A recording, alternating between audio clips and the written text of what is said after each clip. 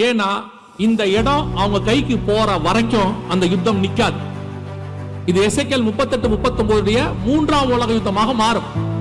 இந்த இடத்தை தங்கள் கையில் அவங்க எடுக்க தொடங்குவாங்க. இப்ப அதுக்கான வேலையை ஆரம்பிச்சுட்டாங்க. நல்லா கவனிச்சுக்கொள்ளுங்க. உங்களுக்கும் எனக்கோ இந்த யுத்தத்திலேயோ இந்த இடம் யூதன் கையில போறதுனாலயோ எதுவும் கிடையாது. உங்களுக்கு எனக்கு ஒரு பிரயோஜனம் கிடையாது. நம்ம இதை ஏன் முழுக்க முழுக்க பாக்குறோம்னா, இயேசு சொன்னாரு, நான் வரும்போது ஒரு யுத்தம் நடக்கும், அது உங்களுக்கு அடையாளம்னு சொன்னார். அந்த யுத்தம் நம்ம கண்ணுக்கு முன்னாடி ஆரம்பிச்சிருந்தது மட்டும்தான் சொல்றேன். இந்த இடத்துல அவர்கள் மூன்றாவது தேவாலயத்தை கட்டுவாங்க. வெளிப்படுத்தல் 11:1, தானியேல் 9:27, மத்தேயு 24:12-15 இந்த மூன்று இடத்திலும் மூணாவது தேவாலயத்துக்கான ஒரு காரியம் இருக்கு. மூணாவது தேவாலயம் கண்டிப்பா வரும் அப்படிங்கிறதுக்கான ஒரு ஆதாரம் அந்த மூணு இட பகுதியில் இருக்கு. மூணாவது தேவாலயத்தை கட்டுவாங்க. இப்ப யூதர்கள் என்ன சொல்றாங்கன்னா, எங்க ஆலயம் இங்க வரப்போகுது, நாங்க கட்ட போறோம்.